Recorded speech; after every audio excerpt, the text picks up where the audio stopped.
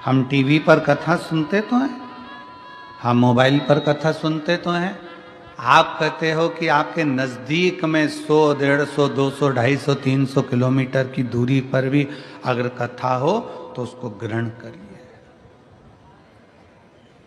एक तो कथा अपने क्षेत्र में हो, ये बड़ी कठिन, बड़ी मुश्किल बात है।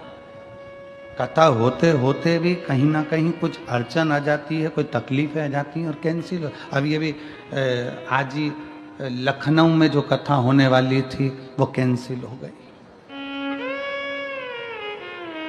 बीघा जमीन के अंदर अंदर ये पूरी व्यवस्था करी गई।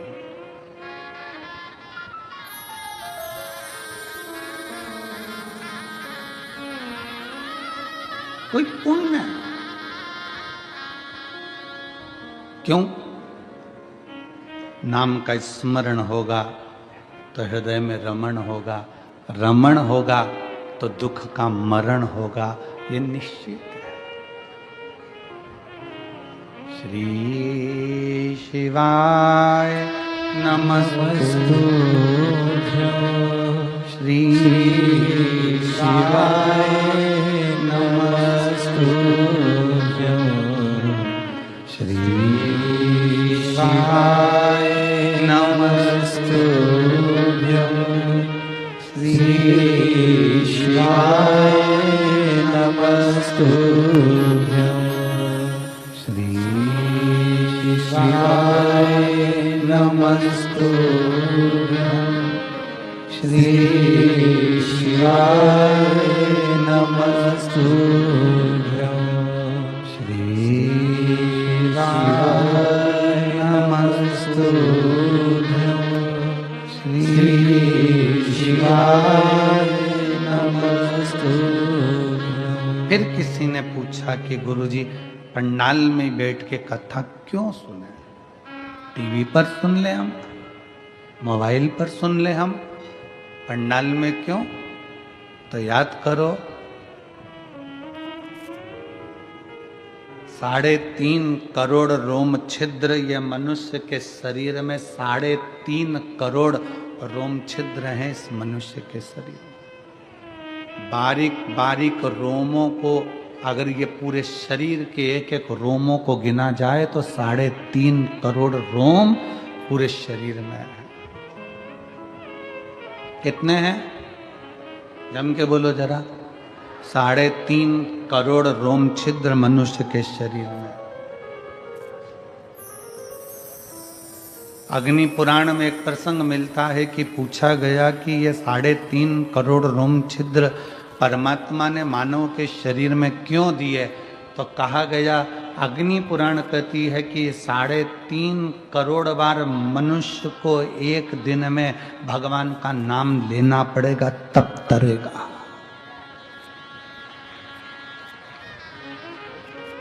अब मेरी जीजियों, मेरे जीजाओं, मेरी बेटियों, मेरे बेटाओं, मेरी माताओं, मेरे भाई, जितने आस्था चैनल पर सुन रहे हैं, जितने फेसबुक यूट्यूब पर सुन रहे हो, जितने पंडाल में सुन रहे हो, आप और हमसे भी कोई पूछेगा कि गुरुजी आपने 3.5 करोड़ बार क्या भगवान का नाम कभी लिया है?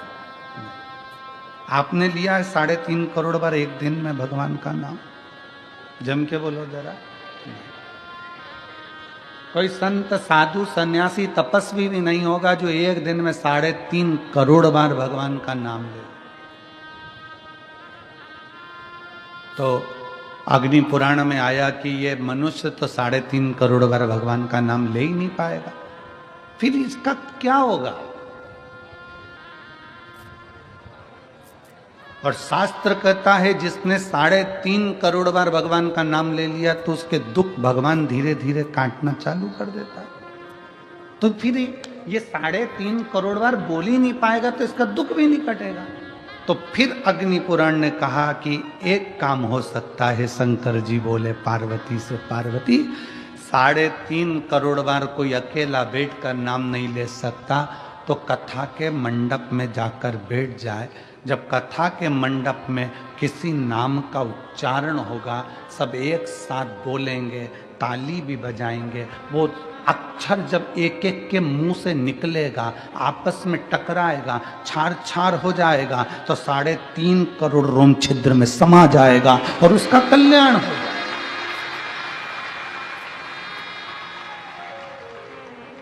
अब लोग कहते हैं महाराज जी, लोग पंडाल में कथा सुनने के लिए आते हैं तो इनका दुख क्यों कट जाता? कैसे कट जाता?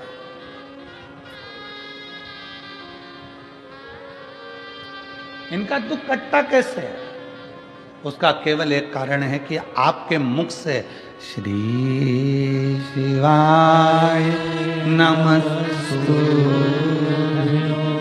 श्री शिवाय नमस्तु,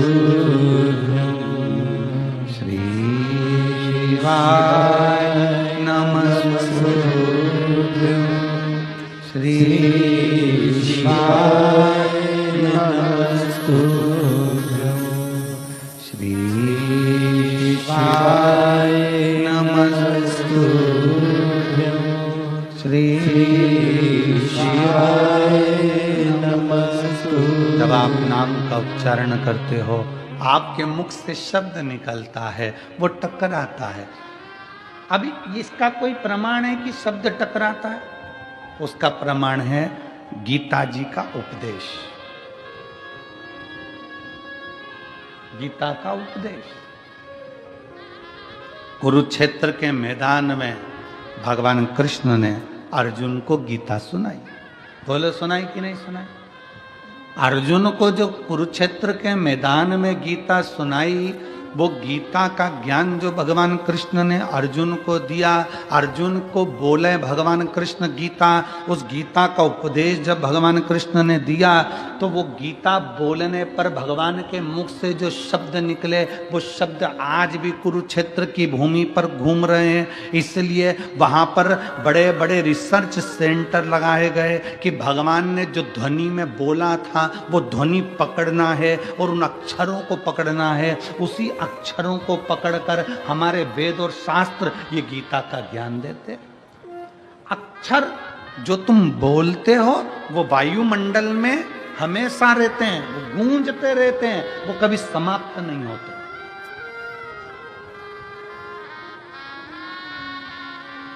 हमारे द्वारा आपके द्वारा बोले गए अक्षर, हमारे द्वारा आपके द्वारा बोले गए शब्द कभी समाप्त नहीं होते, वो घूम के हमारे पास आते हैं। आप किसी को बंद कमरे में एक ताला लगाओ, 1 कमरा बंद करो, 2 कमरा बंद करो, 3 कमरा बंद करो, 4 कमरे बंद करके अकेले कमरे के अंदर आप किसी की निंदा कर कर देखो, जिसकी निंदा करिए उस तक वो बात पहुंच ही जाती है। अब लोग कहेंगे हमने तो अकेले में की थी, ये बात उसके तक पहुंच कैसे गई? क्योंकि हमारे शरीर की वाइब्रेशन, हमारे शरीर की तरंगे हमारी बात को ले जाकर वहां तक छोड़ देती है जिसके लिए हमने कहा है।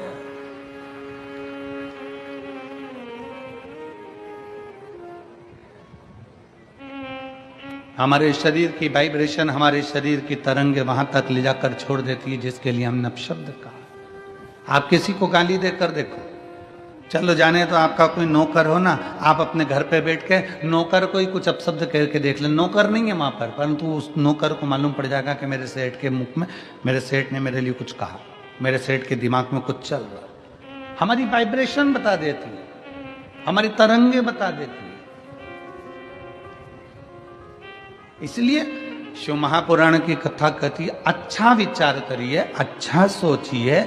अगर कोई तुम्हारा दुश्मन है ना, उसके बारे में अच्छा सोचना चालू करो। एक दिन वो दुश्मन तुम्हें सुंदर माला लाकर ना दे, तुम्हारे को गुलाब का फूल लाकर ना दे, तुम्हारे लिए गुलदस्ता लाकर ना दे, तो कहना जो दुश्मन है उसके लिए वे अच्छा सोचना प्रारंभ करो, श्रेष्ठ सोच। बहू सास की दुश्मन नहीं है, सास बहू की दुश्मन नहीं है।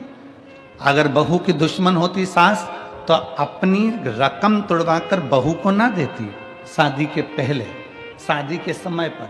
अगर सास तुम्हारी दुश्मन होती तो 1,00,000-2 लाख रुपए शादी में खर्च नहीं करती, 5-5, 10-10 हजार की साड़ियाँ, लहंगा तुमको नहीं दिलाती अगर तुम्हारी दुश्मन होती तो। और बहू अगर तुम्हारी दुश्मन होती तो वो अपना घर छोड़कर तुम्हारे घर में नहीं आती तुम्हारी गुलामी करने के लिए। ना सास बहू की दुश्मन है, ना बहू सास की दुश्मन है। ये दोनों रहते रहते एक दूसरे से बोलते नहीं, अपशब्द नहीं बोलते, पर अंदर ना जाने कैसे कैसी अंटी पालते रहते हैं, अंदर की वाइब्रेशन ऐसी कर लेते हैं, मम्मी ने ऐसा कर लिया, पापा ने ऐसा कर लिया, अंदर से सोच रहे हैं, तो वो वाइब्रेशन तुम्हारी सांस तक पहुंचती है, सांस की वाइब्रेशन बहू तक पहुंचती है, और दोनों का मनमुटाव आपस में चालू हो जाता है, और एक दिन ये होता है कि घर में अलग अलग हो जाते हैं। ये हमारे शरीर की वाइब्रेशन है, ये हमारे शरीर का विचार है, ये हमारी दृष्टि। आप अच्छा सोचो ना, एक स्त्री, एक पत्नी रोज पति पर शंका करती है, रोज प्रतिदिन शंका करेगी, मन में शंका भरा गई है तो शंका करती रहेगी, शंका करती रहेगी, शंका करती रहेगी, शंका करती रहेगी। आखिर में पति को मालूम पड़ जाएगा कि ये शंका कर रही है, पति शंका करेगा तो मालूम पड़ जाएगा कि पत्नी शंका कर रही है। ये हमारी वाइब्रेशन है हमारे शरीर की, जो वहां तक पहुंचा दी। ये हमारे शरीर की वाइब्रेशन है जो वहां तक पहुंच रही। शिव पुराण कहती है, अच्छा सोच, जब हम भगवान का नाम जाप करते हैं तो वो मंत्र टूटता है जब आपस में टकरा कर। तो जितने शिव भक्त यहाँ बैठ कर कथा कर तत्व ग्रहण कर रहे हैं, लाखों शिव भक्त भगवान शंकर की कथा सुन रहे हैं। कोई टीवी के माध्यम से, कोई मोबाइल के माध्यम से कथा सुन रहा है, और जब वो भी मंत्र का जाप करता है तो उसकी वाइब्रेशन उस तक पहुंचती है, और उन सब का कल्याण हो जाता है, जो चाहे टीवी पे सुने चाहे मोबाइल पर सुने। श्री शिवाय नमस्तु, श्री शिवाय नमस्तु, सब बोलिए, श्री शिवाय नमस्तु, श्री शिवाय नमस्तु, श्री शिवाय नमस्तु, श्री शिवाय नमस्तु। ये हमारे शरीर की तरंगे हमें वहां तक लेकर जा रही है, हमारे भीतर की तरंगे हमें वहां तक लेकर जा रही है।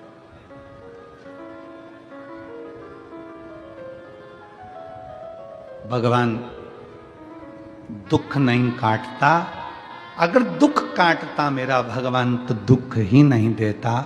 भगवान दुख देता है तो भगवान का कार्य है कि वो उस दुख को सहन करने की शक्ति देता है।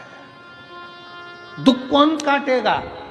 अब आपको बताना है, दुख कौन काटेगा? आपका जपा गया नाम, आपका चढ़ाया गया एक लोटा जल। आप जो अपना घर छोड़कर परमात्मा के दरवाजे तक जा रहे हो, किसी भूखे को भोजन करा रहे हो, किसी प्यासे को पानी पिला रहे हो, किसी व्यक्ति के दुख की घड़ी में तुम काम आ रहे हो, और एक लोटा जल भगवान शंकर को चढ़ा रहे हो, और मुख से श्री शिवाय नमस्तुभ्यम कह रहे हो, तुम्हारा वो सत्कर्म, तुम्हारा वो भजन, तुम्हारा वो नाम जाप, तुम्हारा वो स्मरण तुम्हारे दुख को समाप्त कर देगा, तुम्हारे कष्ट को समाप्त कर देगा। एक पत्र है,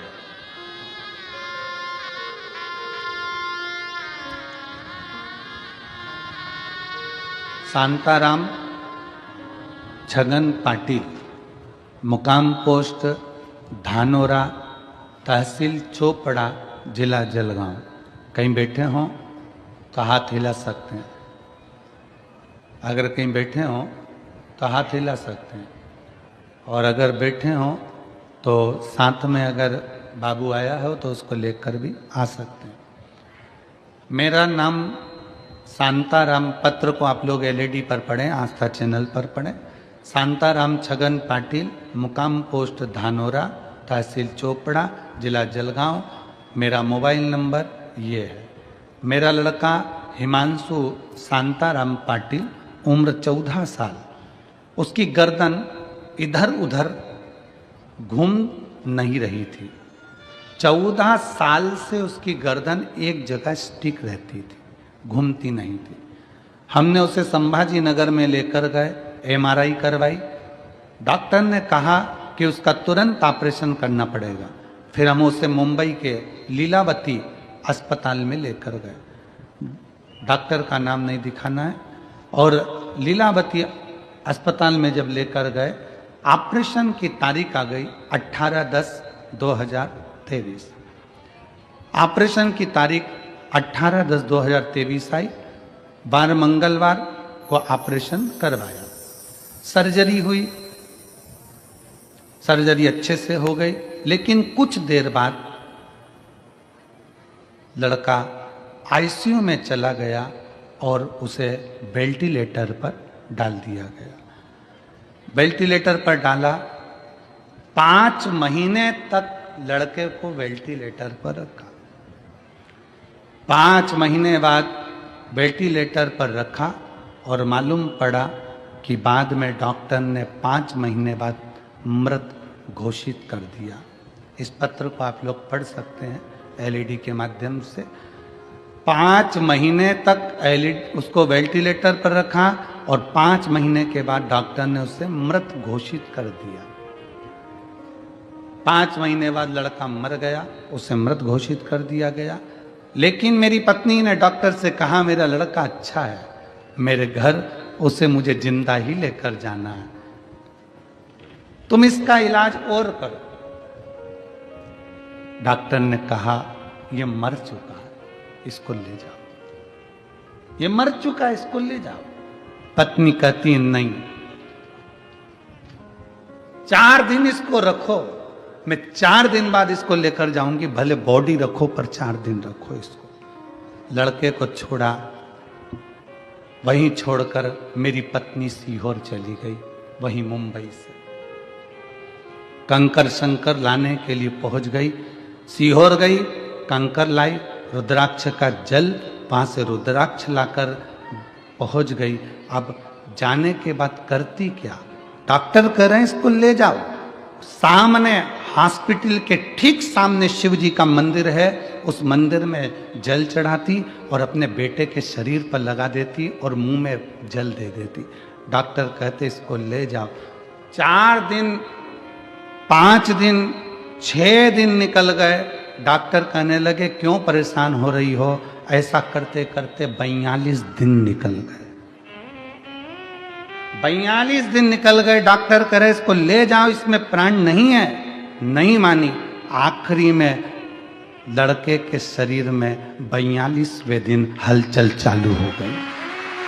42वें दिन हलचल चालू हुई और मैं क्या गुणगान करूं गुरुदेव, डॉक्टर भी आश्चर्य में पड़ गए कि जो मर चुका है वो जीवित कैसे हो सकता है। पत्नी कहती है उसका नाम कुबेरेश्वर महादेव है, वो देता जरूर है, खाली नहीं छोड़ता। बाबा, आज बाबा की मेहरबानी से मेरा लड़का ठीक हो गया। मैं उसको यहाँ कथा सुनने के लिए लेकर आई हूँ बाबा के पंडाल में।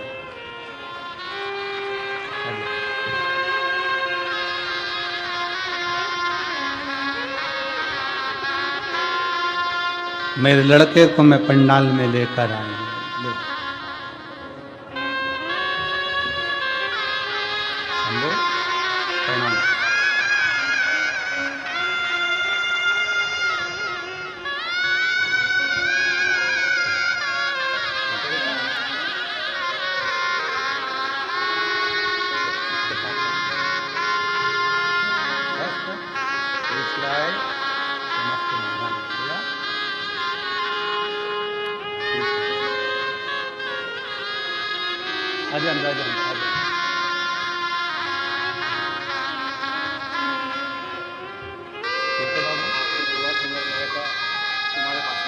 बाबा की कृपा से, हमारी दुआ नहीं, शिव की कृपा। तो कह रहे हैं कि बच्चा इतना बीमार था तो मैं जलगांव की कथा में भी चले गया था और मैं नीचे से चिल्लाकर एक बेलपत्र मांग कर ले गया था। वही बेलपत्र बच्चे को दे दिया और आज बाबा की कृपा से खड़ा हुआ है।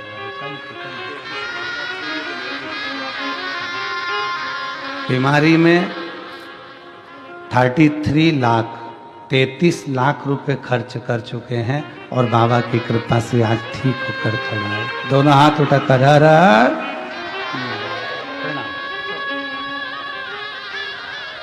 अरे लुटा दिया भंडार काशी वाले ने, कर दिया माला माल काशी वाले ने। जो जैसी भावना लाया वो ऐसा ही फल पाया। जो जैसी भावना लाया वो ऐसा ही फल पाया।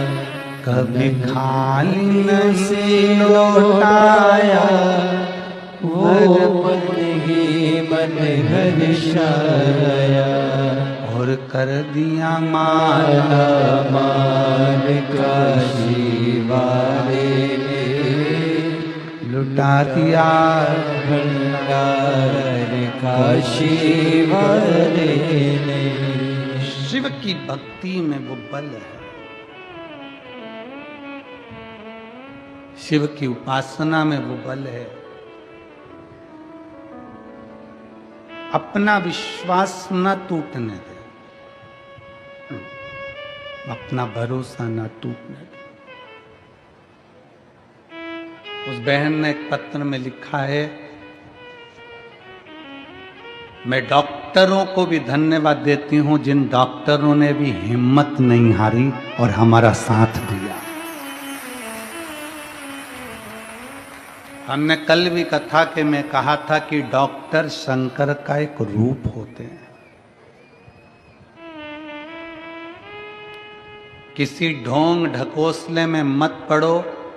अगर कोई बच्चा बीमार होता है, पत्नी बीमार होती है, पति बीमार होता है, माता पिता बीमार होते हैं, कहीं झाड़ा फूकी में मत जाओ, डॉक्टर के पास जाओ, डॉक्टर से जांच करवाओ, चेकअप करवाओ, वो इलाज की गोलियां दे, दवाई दे, इंजेक्शन दे, बोतल दे, वो सब लो और साथ में एक लोटा जल शंकर जी पे भरोसा करते रहो, क्योंकि अकाल मृत्यु वो मरे जो काम करे चंडाल का, काल उसका क्या बिगाड़े जो भक्त हो महाकाल।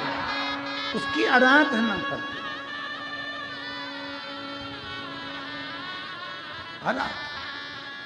एक पत्र और है,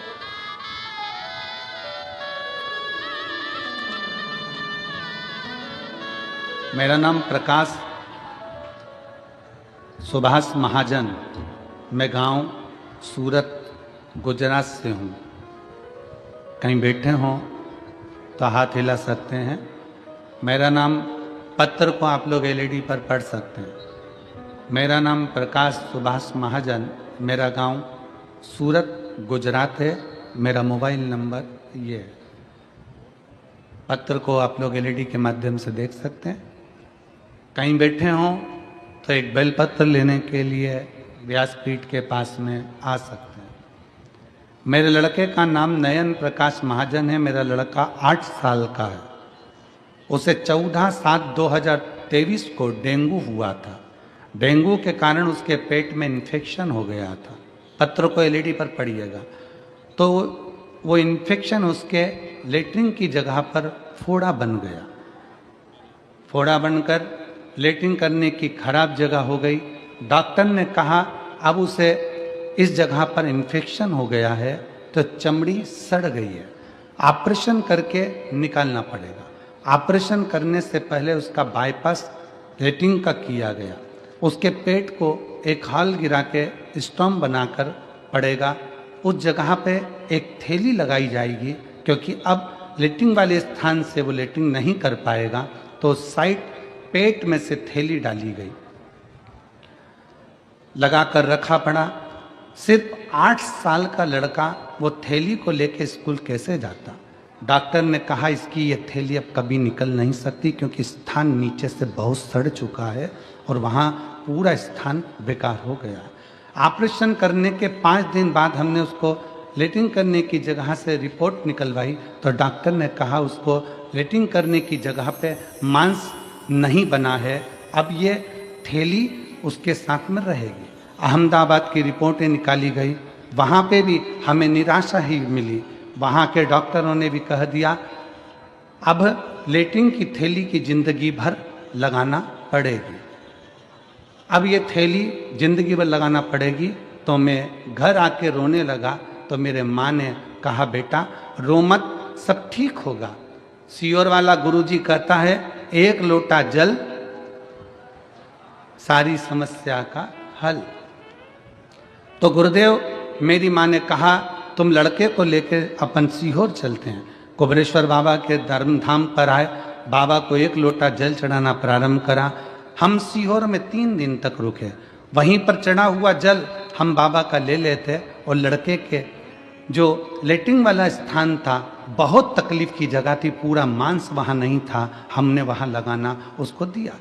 फिर हम सीहोर के वापस आए और रिपोर्ट निकलवाने डॉक्टर के पास गए। तो डॉक्टर हंसते हुए कहता है, अरे भाई क्यों बार बार रिपोर्ट निकलवाते हो, पैसे बर्बाद कर रहे हो, रिपोर्ट में वही आएगा जो हर बार आता है। तो मेरे बेटे ने कहा कि अरे अंकल, आप बस एक बार रिपोर्ट निकाल दो ना, बाकी मेरा कुबरेश्वर बाबा संभाल लेगा। फिर डॉक्टर ने रिपोर्ट निकाला और रिपोर्ट निकालने के बाद डॉक्टर ने कहा कि अब शाम को आना रिपोर्ट लेने। फिर हम शाम को रिपोर्ट लेने गए। गुरुदेव, कुबरेश्वर बाबा का ऐसा चमत्कार हुआ कि डॉक्टर ने रिपोर्ट देखकर कहा कि अरे बेटा, तूने कहा था ना कि अंकल आप मेरा बस एक बार रिपोर्ट निकालो, बाकी मेरा कुबरेश्वर बाबा संभाल लेगा। सच में तेरे बाबा ने चमत्कार कर दिया और तेरे उस लेटरिन वाली जगह पर थोड़ा मांस बन गया। अब ये थैली निकल जाएगी और बाबा संभाल लेगा। हम फोटो भी लगा रहे हैं, सारे फोटो लगाए गए, जिसके अंतर्गत उस बच्चे का पूरा शरीर नीचे से सड़ चुका था। शिव तत्व, एक विश्वास, एक भरोसा, एक दृढ़ता।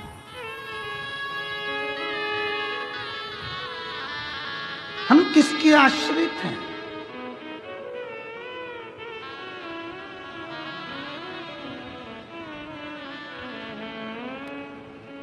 दुख कौन काटेगा?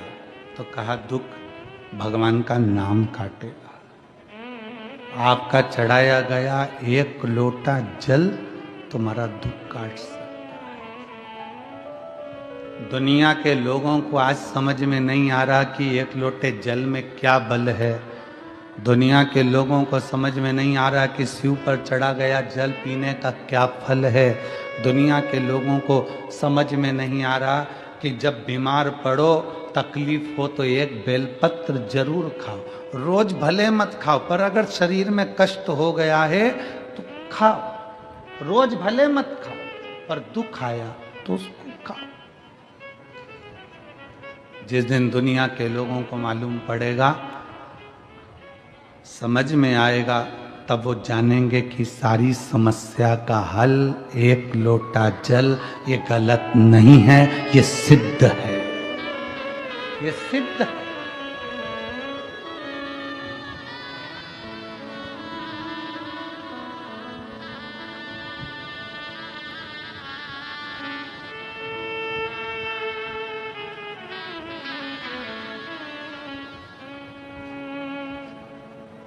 बस उसको पाना है, उसका स्मरण। बड़ी दूर किनारा कश्ती भी पुरानी है, भोले बाबा सुन भी लो, ये मेरी कहानी है। बड़ी दूर किनारा है, कश्ती भी पुरानी है, भोले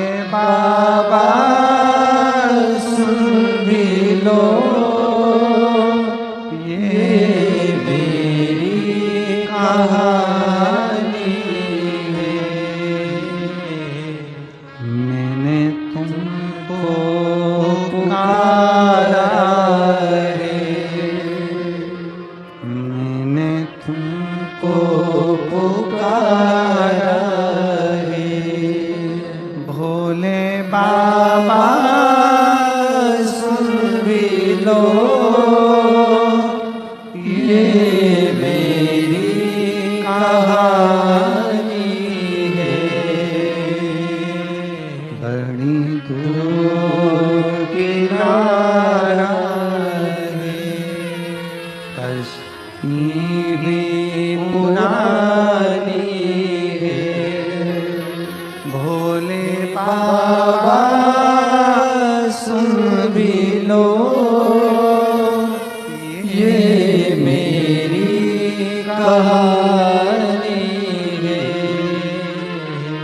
दुख आपके द्वारा जपा गया नाम स्मरण, आपके द्वारा किया गया भजन दुख काट देता है, तकलीफ काट देता है, समस्या मिटा देता है।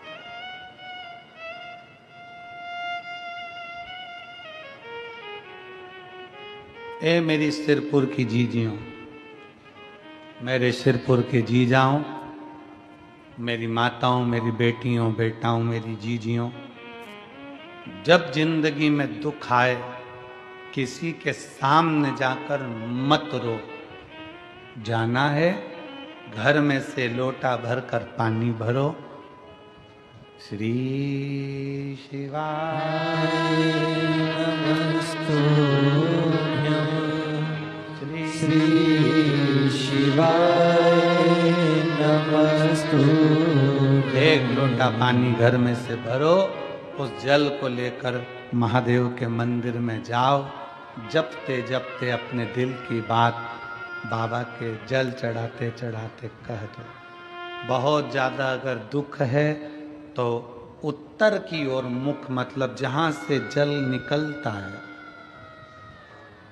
जलाधारी का जो जल होता है निकलने का स्थान ये उत्तर में होता है।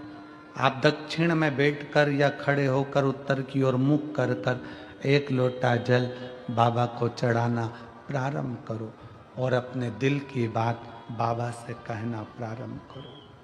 और अगर तकलीफ ज़्यादा है, बहुत ज़्यादा समस्याओं में घिरे हो, तो उत्तर की ओर खड़े होकर तो जल चढ़ाओ और उत्तर की ओर से जल चढ़ाने के बाद फिर वापस सामने आ जाओ और जहाँ से जल बहता है उस स्थान पर अपनी 3 उंगली रखकर और हथेली को, जहाँ से पानी नीचे बहकर जाता है उस हथेली को वहाँ रखकर एक बार अपने दिल की बात बाबा से जरूर कहो और वो हथेली को फिर अपने हृदय से लगाकर श्री शिवाय नमस्तुभ्यं, श्री शिवाय नमस्तुभ्यं। अपने हृदय से बाबा को हथेली का स्मरण कराकर लगाकर बोलकर फिर उस हथेली को अपने हृदय से लगाइए।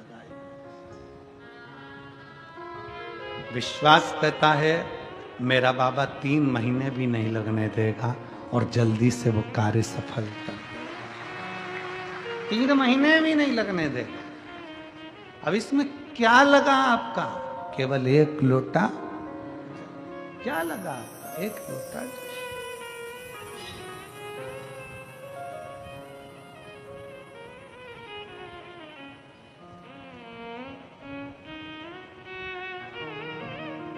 आपकी शुभ भक्ति आपकी भगवान शंकर की अविरल भक्ति शिव के करीब में ले जाती है। जले दुनिया के लोग, जलने वाले, अपशब्द कहने वाले कहते रहें,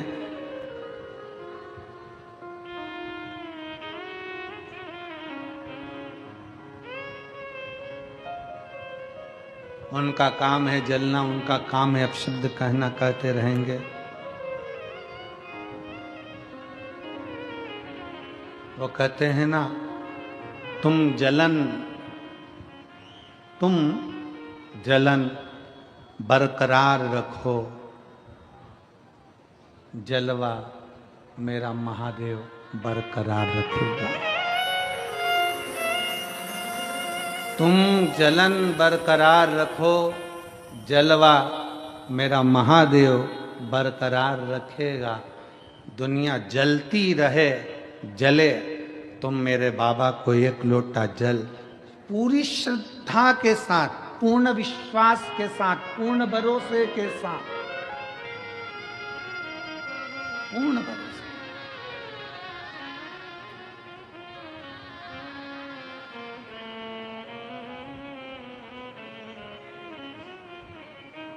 एक दीदी ने लिखा अपने पत्र में, कल हम पत्र पढ़ रहे थे, उसमें पत्र में लिखा था, हम साउथ में रहते हैं, हम दक्षिण में रहते हैं, और हमारे कर्नाटक में, हमारे साउथ में, हमारे उधर मंदिर के अंदर महिलाओं को नहीं जाने देते, तो हम जल चढ़ाने कैसे जाएं?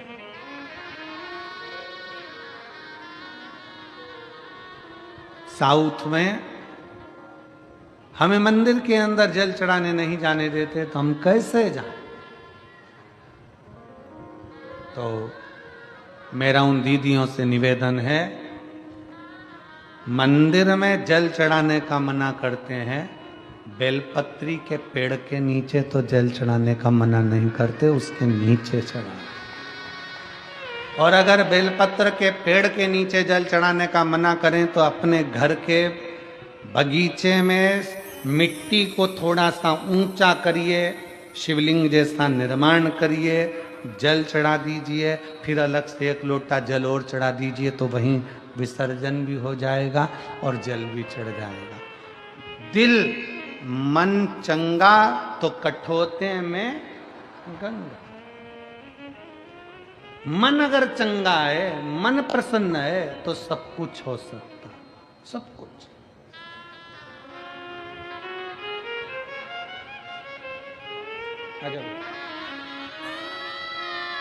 अगर मन चंगा है तो सब कुछ हो सकता।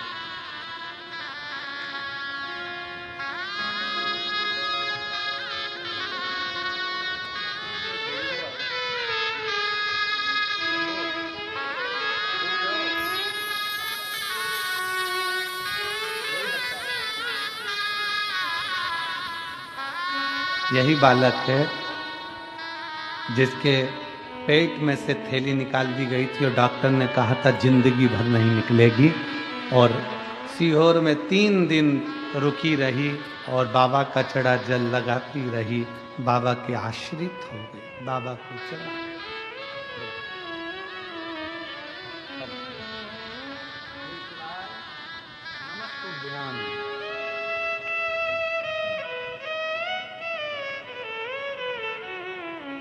शिव की आश्रितता ग्रहण करो। दुख हम आप जो मंत्र जाप कर रहे हैं, जो भजन कर रहे हैं, जो स्मरण कर रहे हैं, जो नाम जाप कर रहे हैं, जो कीर्तन कर रहे हैं, ये हमारे दुख को काट देता है।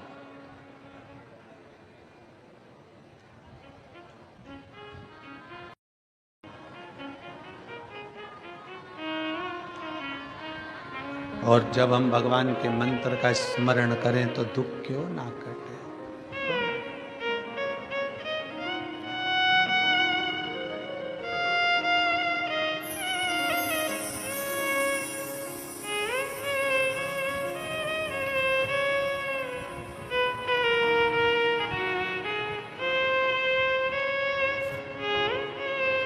भगवान की भक्ति का स्मरण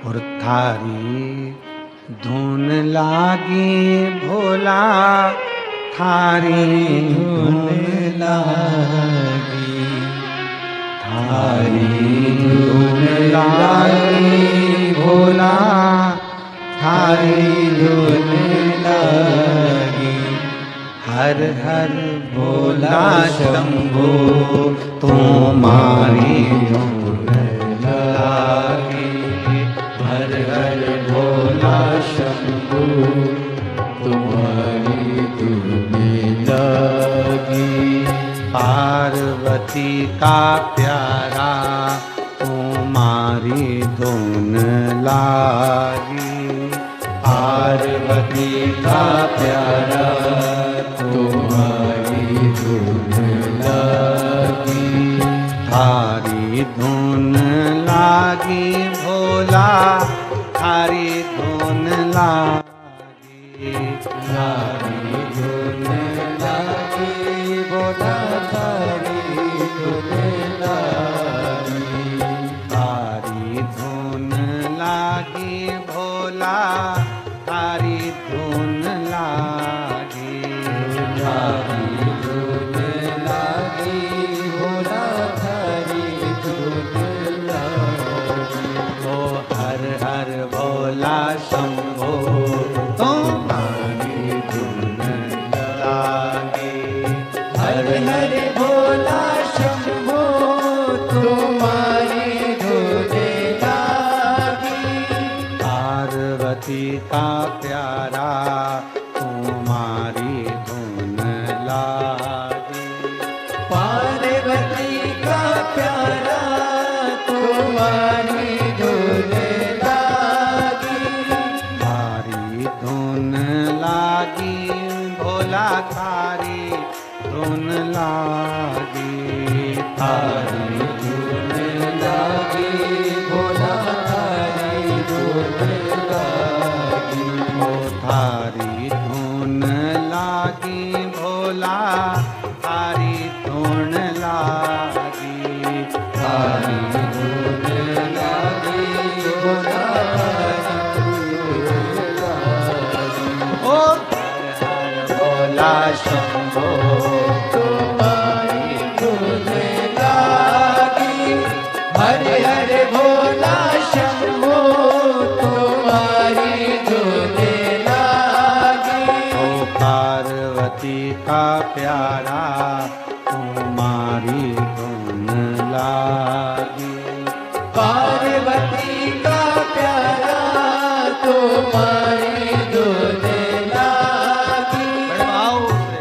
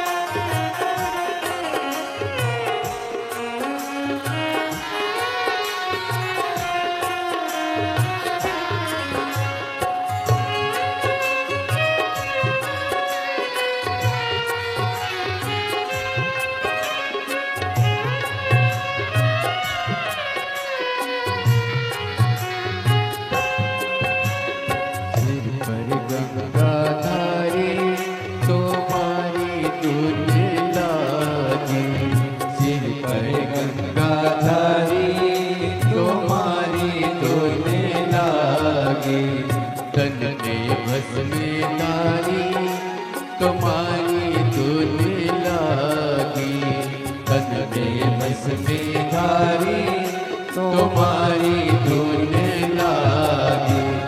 हरि हरि भोला शंभो तुम्हारी धुन लागी। हरि हरि भोला शंभो तुम्हारी धुन लागी। तुम्हारी धुन लागी भोला हरि धुन लागी। तुम्हारी धुन लागी भोला हरि धुन लागी। हरि हरि भोला शंभो तुम्हारी धुन लागी। हरि हरि भोला शंभो तुम्हारी धुन लागी।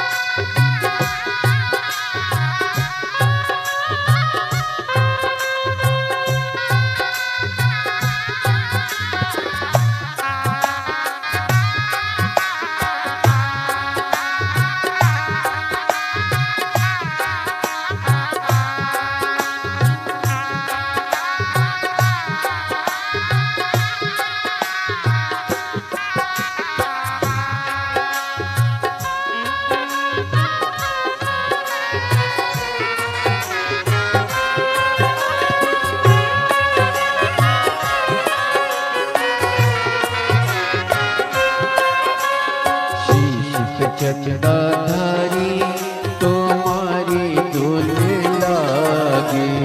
शीश पे चंदाधारी तुम्हारी धुन लागी।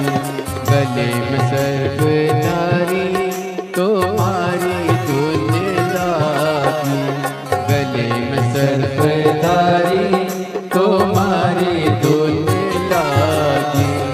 हरि हरि भोला शंभो तुम्हारी धुन लागी।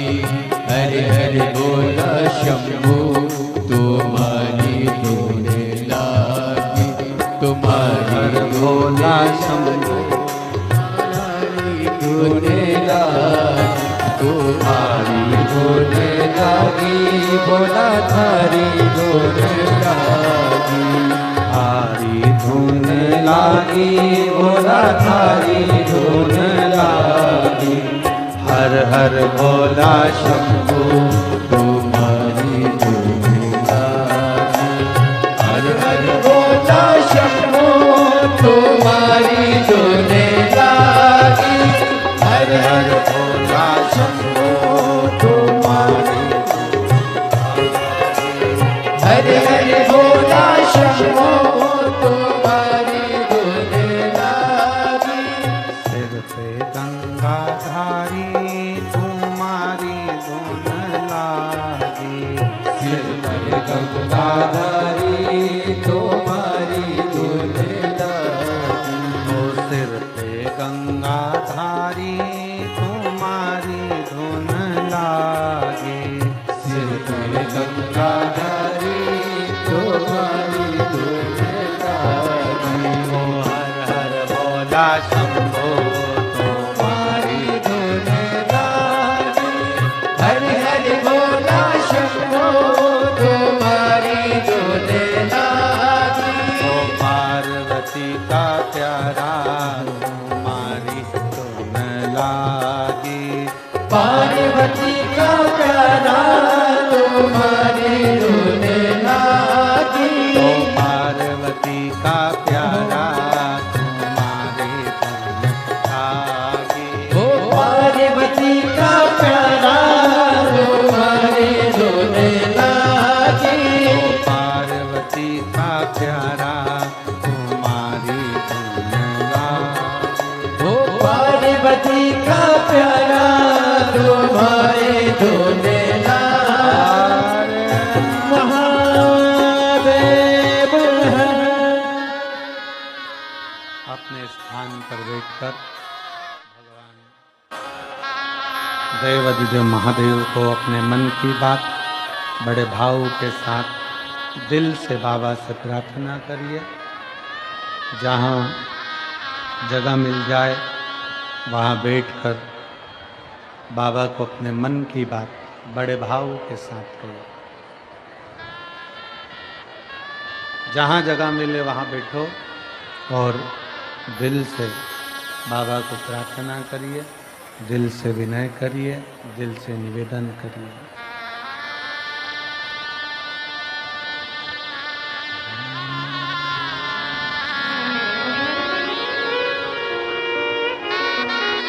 बड़े भाव से विनती करिएगा, सब साथ में बोलिए।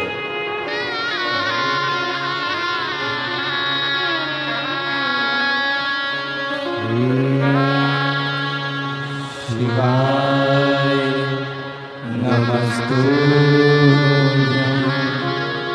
श्री शिवाय नमस्तुभ्यं। श्री शिवाय नमस्तुभ्यं। श्री शिवाय नमस्तुभ्यं। श्री शिवाय नमस्तुभ्यं। भोला सब दुख काटो हमारा, ओ भोला सब दुख काटो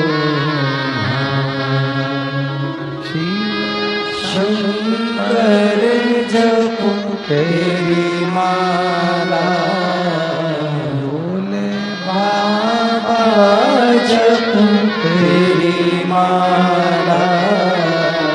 भोला सब दुख काटो हमारा, ओ भोला सब दुख काटो हमारा।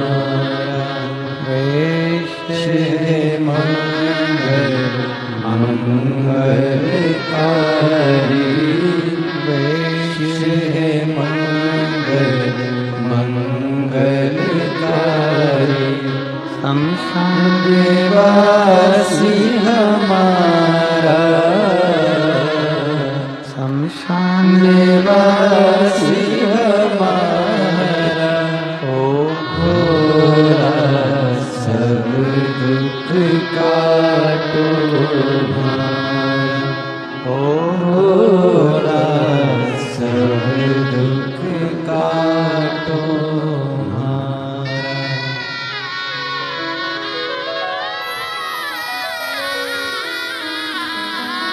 भगवान देवाधिदेव महादेव से, भगवान शंकर से बड़े भाव से अपने मन का भाव शिव से कहिए। शिव उदार हैं, करुणा सागर हैं, दया सागर हैं।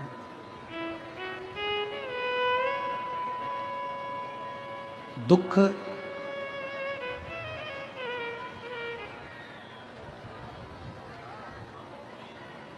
आपका अच्छा कर्म, आपका मंत्र जाप, आपका स्मरण दुख को काट देता।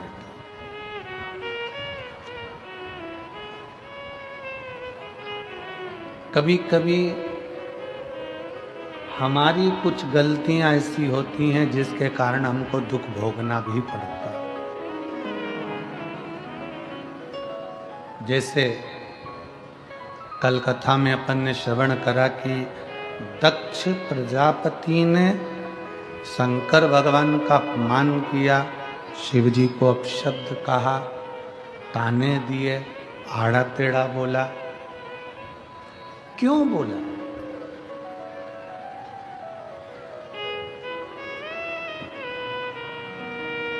कभी आपने विचार किया? कभी मन में एक विचार लेकर आओ।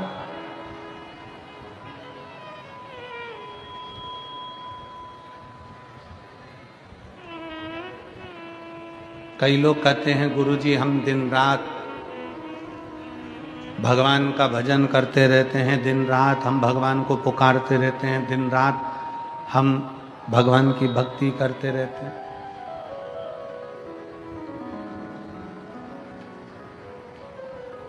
हम माने तुम भगवान कृष्ण को पुकार रहे हो, तुम राम जी को पुकार रहे हो, तुम जानकी जी को पुकार रहे हो, तुम राधा रानी को पुकार रहे हो, तुम शंकर जी को पुकार रहे हो, तुम पार्वती जी को पुकार रहे हो, तुम हनुमान जी को पुकार रहे हो, तुम भगवान श्री दत्त को पुकार रहे हो, तुम्हारी मर्जी पड़े तुम उसको पुकार रहे हो।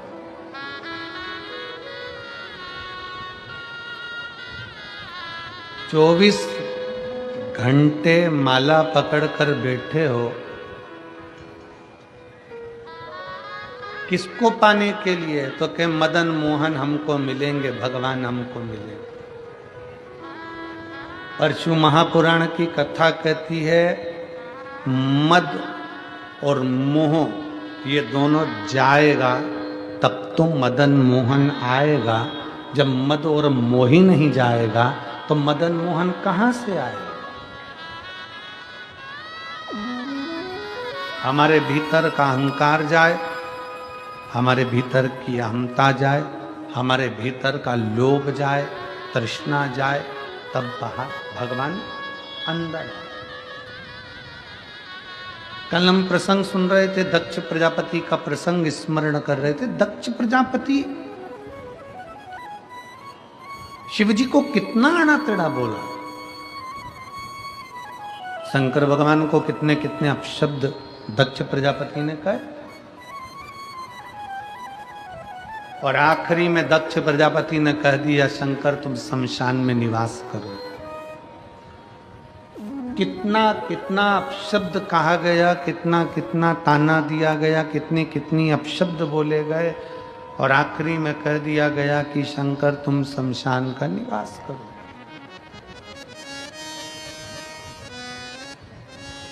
अब जितने लोग बैठे हैं, जितने शिव भक्त बैठे हैं,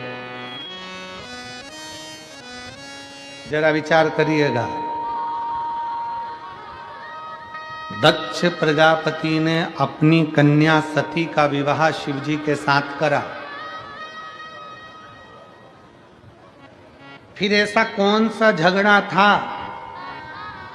दक्ष प्रजापति और शंकर भगवान का कि दक्ष प्रजापति शिवजी को गाली पर गाली देते रहे?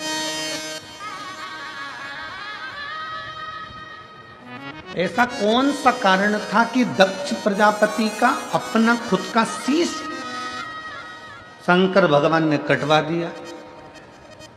ऐसा कौन सा कर्म का भोग दक्ष प्रजापति को भोगना पड़ा कि दक्ष प्रजापति के प्राण छूट गए, शीश अग्नि में जाकर गिर गया और बकरे का मुंह लग गया? ये कर्म दंड नहीं तो और क्या है? क्यों, किस लिए?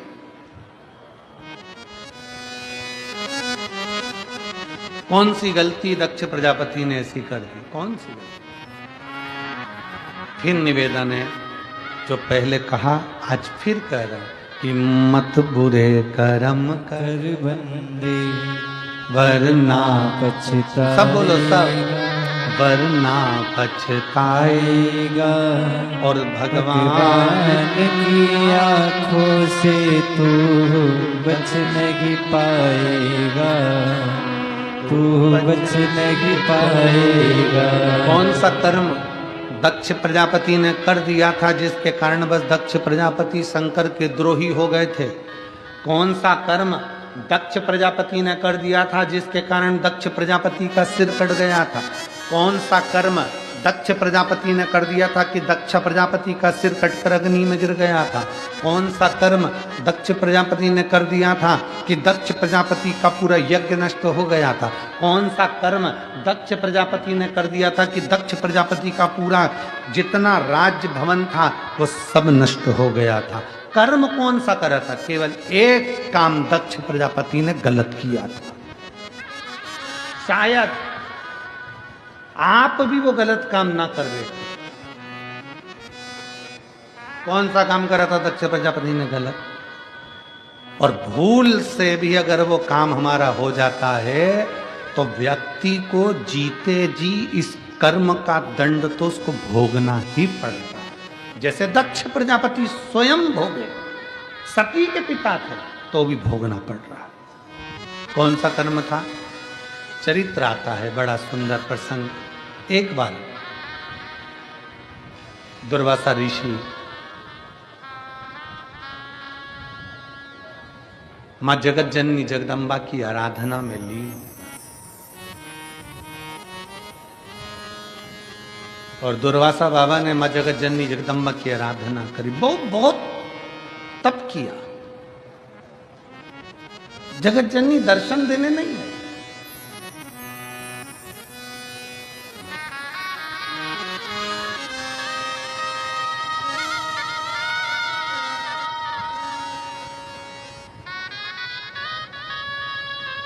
और मेरे आने में बुलाने में क्या कमी रह गई, आप आए नहीं और सुबह हो गई। कौन सी कमी रह गई?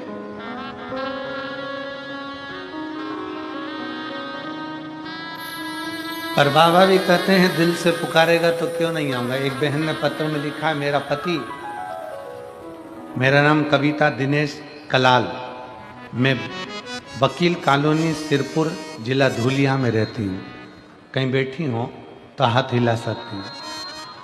मेरा नाम कविता दिनेश कलाल, मैं वकील कॉलोनी सिरपुर जिला धुलिया में रहती हूँ। गुरुजी, मेरा पति 10वीं पढ़ा है और 10वीं ITI से करा।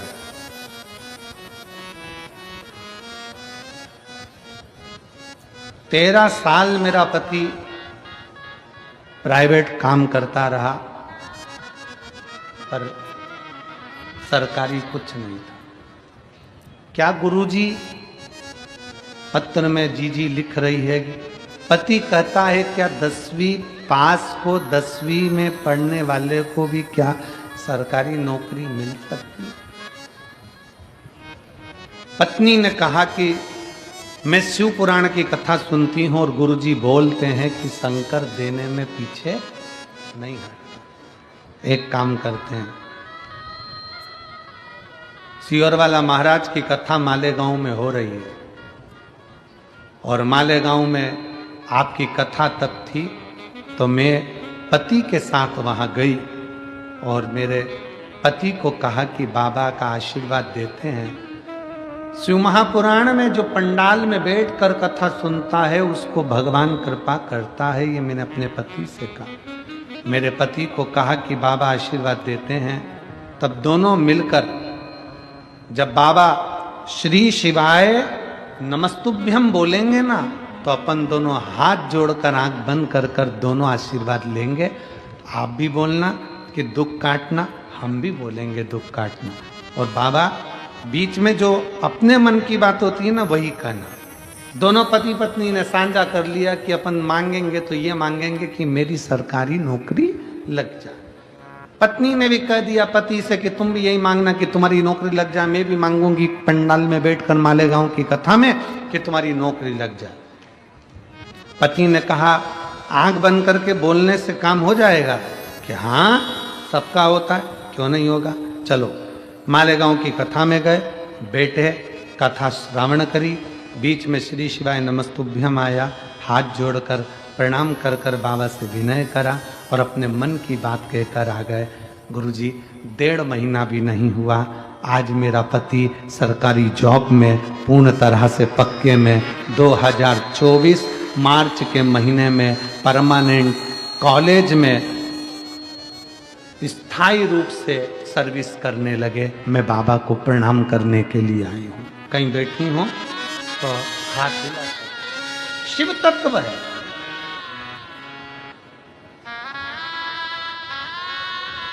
शिव तत्व। एक पत्र और है।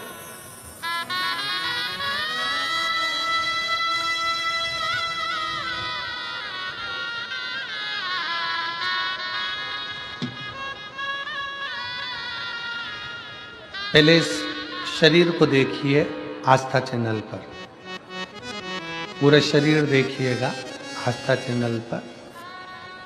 जिस शरीर का एक भी अंग, केवल हाथ की उंगलियां छोड़कर पांव तक, ये पूरा शरीर जला हुआ है, जिसको आप चैनल के माध्यम से देख रहे हैं।